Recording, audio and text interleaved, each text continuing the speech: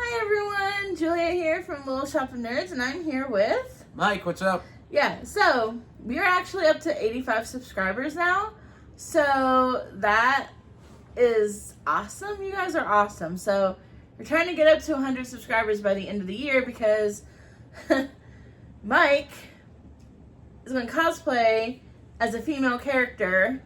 So once we can get up to 100, I can put up a poll on which character you want him to see. I'm not going to tell you who's going to, who we have or who I have chosen for him.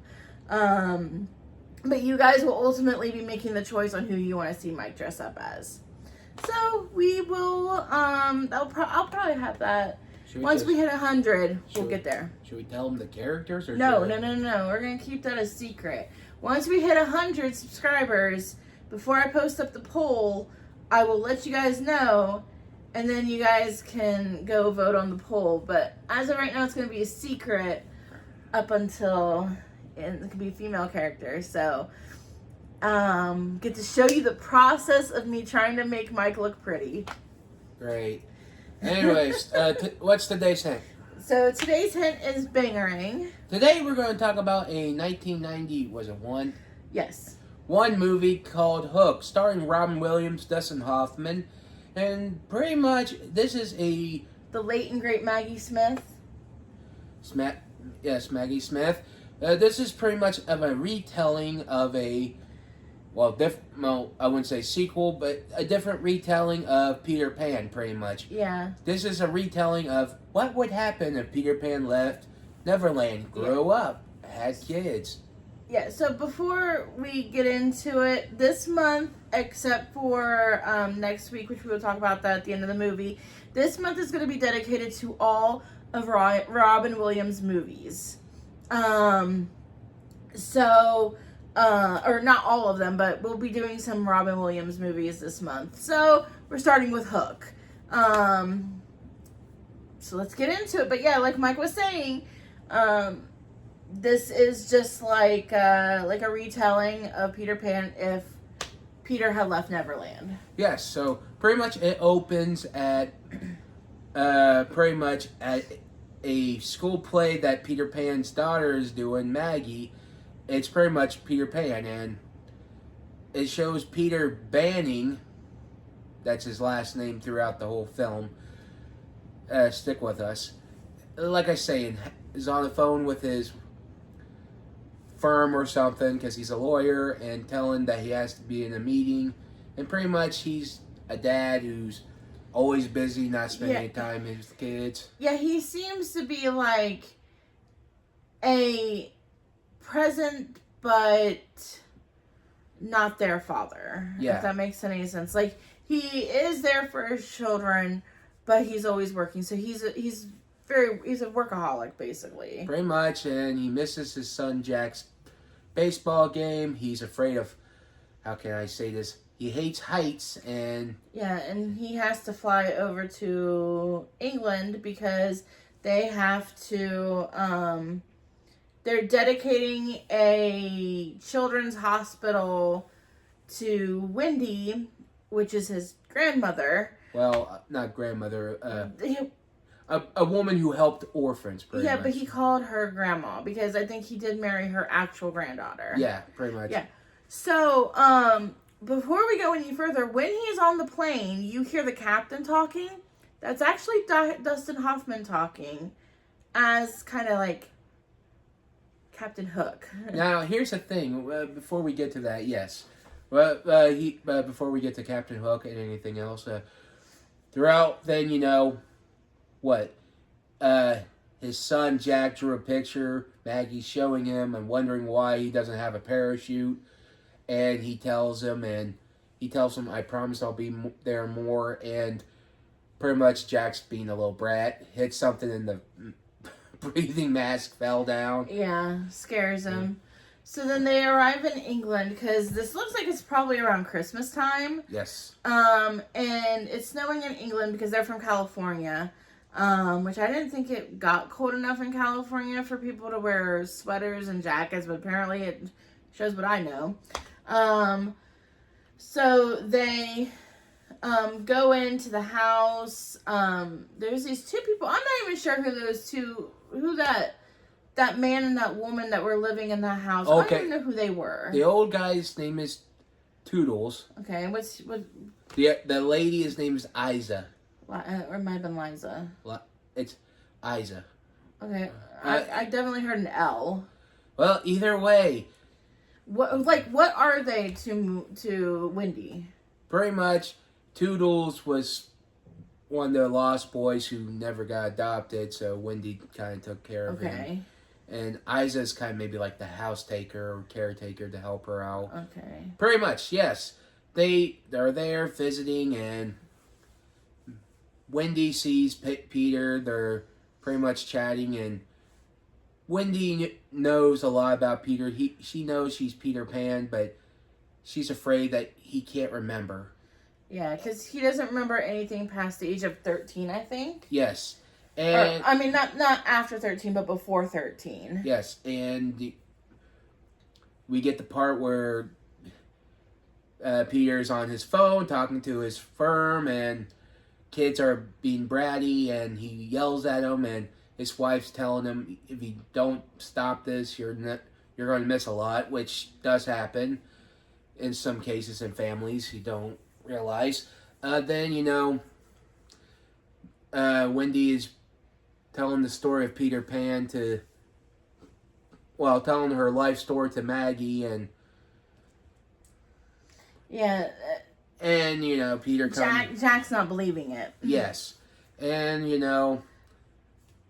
because they're getting ready to go to the dedication of the children's hospital, the children or the orphans wing or something like that.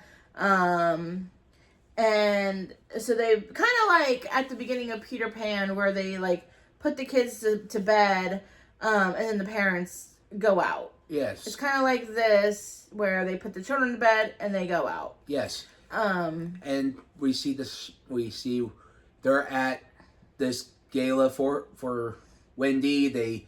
Turns out everyone there was an orphan that Wendy helped, and then we see another part back at the house where the kids are getting kidnapped by pretty much Hook, but you don't see them. You see this. It's like a light. A green light, and blankets are getting pulled. You don't know what's happening. Then Yeah, the parents and Wendy come back, and they see they realize that the children have been gone.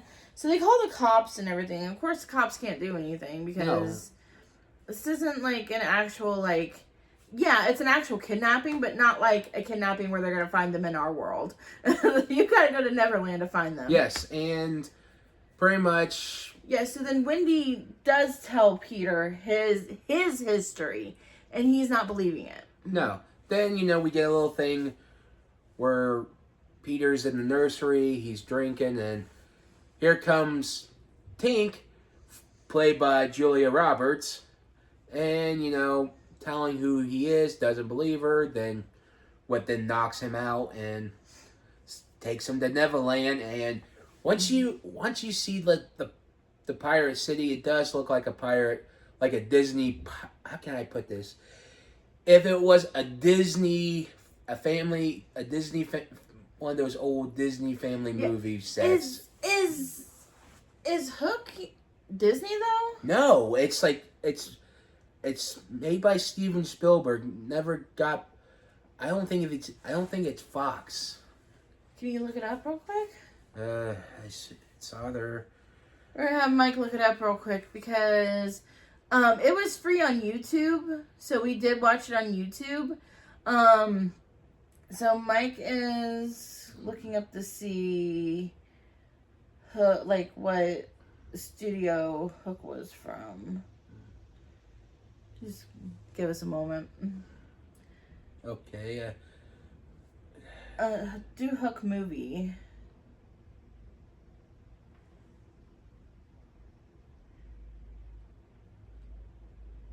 So, okay, yeah, there's the Hook film. TriStar Picture. It's pretty much TriStar. TriStar. Okay, so not Disney, but it looks like like if Disney had made Hook, that's how Disney would have made Hook. Yes, and they made the crocodile into a clock. And I'm like, okay, that's pretty dope. And pretty much, Peter is pretending to be a pirate. He's gets onto the captain's ship, and here's the thing. This is how I think they did Captain Hook very well. They, like, if the voice didn't give it away, you could not tell it was Dustin Hoffman, because the voice gives it away pretty much. Mm-hmm. But I did like the idea who got the actor to play Shmi, which is played by Bob Hoskins, which you might know him from, the crappy Super Mario Brothers movies or the Who Framed Roger Rabbit. But yes, they got him to play Smee, and Hook wants to start a war. He realizes he kidnaps the kids, and here's a fun note fact. You know that pirate they put in that treasure chest with the scorpions? Yeah. That was a woman. Oh, was it? Yeah. Oh, okay. So, yeah, so, while Mike's doing that, so, they, Peter is trying to tell Hook, hey, this is it was Glenn Close. Huh. It was Glenn Close. Glenn Close. I did not even realize that. Yeah. But anyway, so, Peter, Hook's trying to start the war. Peter keeps trying to tell him, hey, I'm not who you think I am. Yeah, and they, even though he is. Hook doesn't believe it at first, and he looks at his, scar, and he's like, no, it's appendix and whatever, right? And they pretty much told him, if you want your children, go up and go get them. And he couldn't be pretty much Yeah, they wanted him to fly up there, but he doesn't know how to fly because he doesn't believe that he's Peter Pan. And he's been gone from Neverland so long. Yeah, so he does climb up, despite him being afraid of heights, he does climb up this rope to try to touch them, because if he touches their hands and they get released, well, he was too afraid to really reach out and touch them, and they ended up not getting released. Yep. So they were going to kill him, or kill them all. And Tinkerbell managed to convince Hook to give her 4 days to turn Peter Pan, or turn Peter back into Peter Pan. Yes, and pretty much he fell over the plank by accident, and Mermaid saves him. Then they put him in the shell. He goes up, and he's in the woods where the Lost Boys are at. And pretty much they chase him, and Tink's telling him, hey, Peter Pan's back. Once they look at him, they don't believe it. Then comes the leader, Rufio, played by Dante Bosco, which you might know him from his voice acting career when he played, Zuko? Zuko, yeah.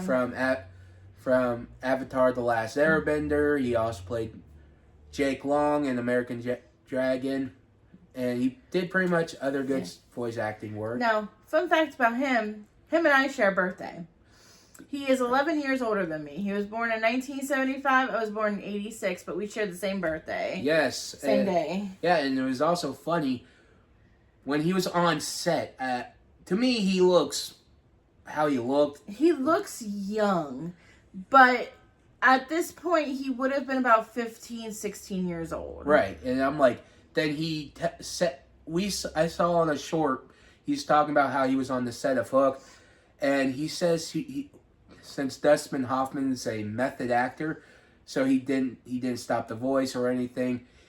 He knew Dante Bosco lost his virginity on set because he said he was glowing, and he just makes this joke, and Dante Bosco laughed at it. He thought it was funny. Yeah, the joke was something along the lines of it doesn't matter the size of the wand, but the magic it performs, or something like that. So, I I mean, okay, so like 15 and 16 isn't a bad age to lose your virginity. That's kind of like an average of when people lose their virginity. But he looks a lot younger than 15 or 16 in this movie. So that just completely just throws me off when I hear about that. Yes. Because then I'm just kind of like, ugh. Yeah. And pretty much they are harassing him. They're going back and forth, and they realized a little kid just looks at him really good and realize he is Peter Pan. So, and that's when we get to, they're going to decide to train him up, get him back into shape and whatever. Then we get to the part where Hook is like on his ship, talking, don't know what to do. He's pretty much depressed. And he does this thing, he wants to kill himself, and says Smee, and he's like, then Smee stops him, he's like, don't ever make me do that again. And I'm like, awkward. Yeah. So then he starts to groom Jack, which is the son of Peter, to be his successor. Pretty much trying to get him to hate Peter Pan. Yeah. That's like the better revenge ever. And make your own son hate you. Yeah, and pretty much they do the whole training montage, pretty much. And throughout the film, there was a part where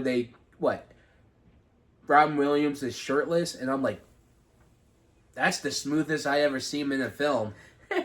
Because, like, if you don't know, Robin Williams is a hairy guy. Mike's hairy, too. Fuck off. Anyways, well, he's way more hairy than I am. Like, have you seen him in a film where his whole arm hair? I might have, yeah. Yes, either way, I'm like, then, what was it? After that, Jack's talking to Smee about, no, wait, this is before it.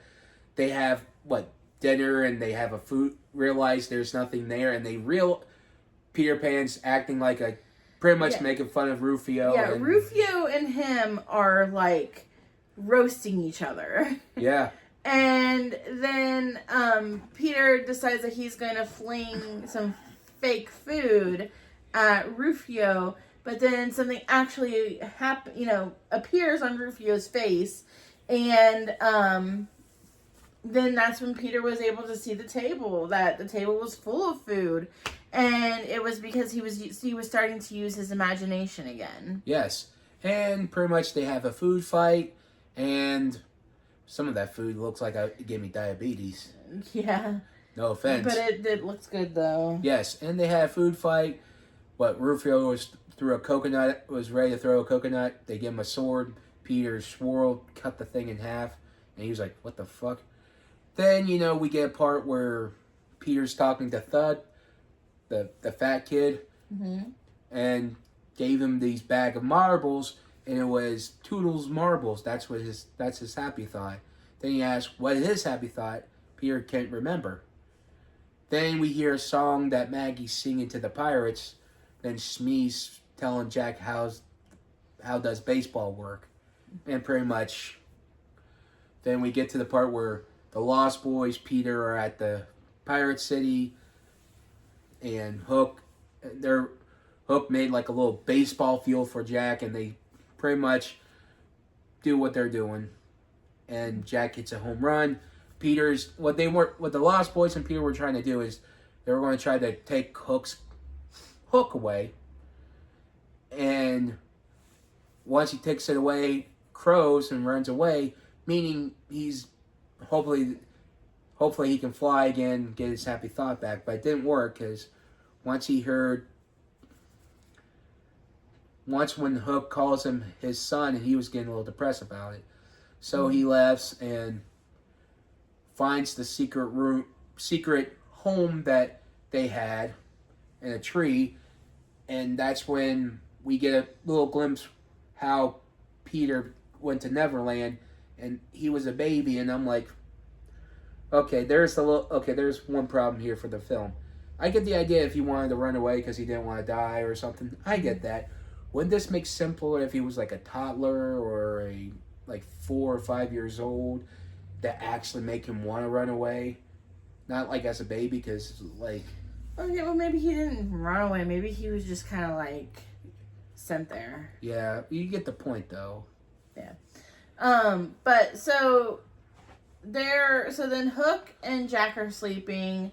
Jack had this pocket watch that Peter had given him back in London or England or whatever, and they he had the pocket watch and he heard it ticking, and then he takes him to this room or this shop that was full of clocks that didn't work anymore because Hook doesn't like the sound of ticking clocks Because of the crocodile. Yeah. Yeah, so then he has Jack go around and hit the clocks for every bad thing that his father had done to him. And they started with his dad's pocket watch. So he broke Peter's pocket watch, and then he went around and he hit a lot of the other clocks. And at the end, Hook basically told him, hey, you can stay here with me and I'll basically be your father. Yes, and yeah, pretty much. And then we get the part where, Peter gets his happy thought. He knows how to fly again. The Lost Boys love it, and he gets his sword back.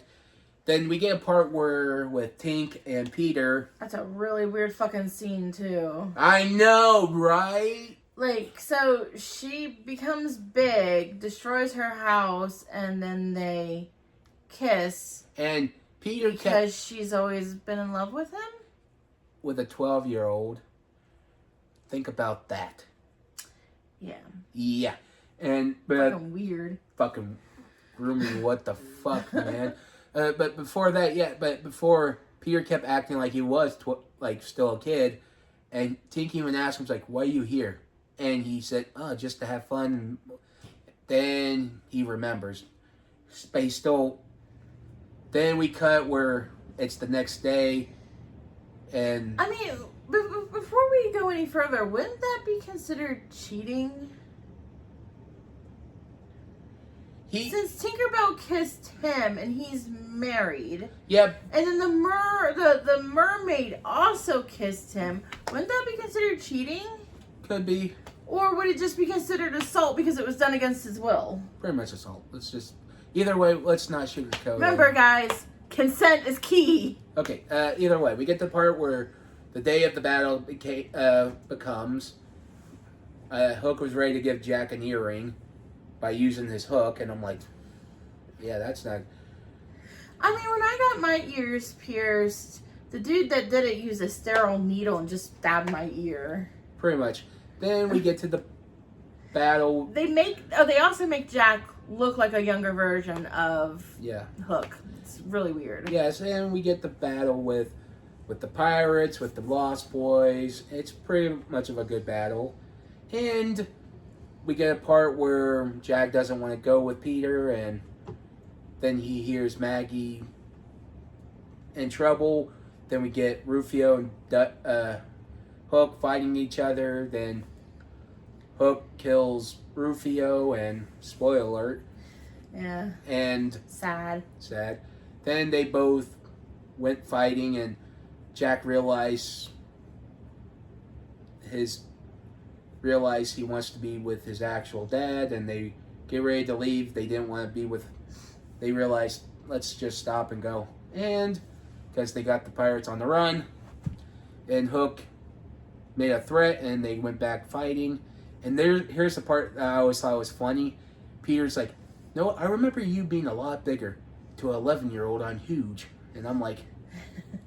and they went back fighting, and there was a part where Peter got Hook on his knees, took off his wig, then told him not to come back, and he threatened, and what happened? The clock fell on him, and Hook is gone. Yeah. And Peter knows he can't stay, so he told Tink to lead his kids back home. He gives the sword to Thump, the fat kid, tell him, you keep an eye on them.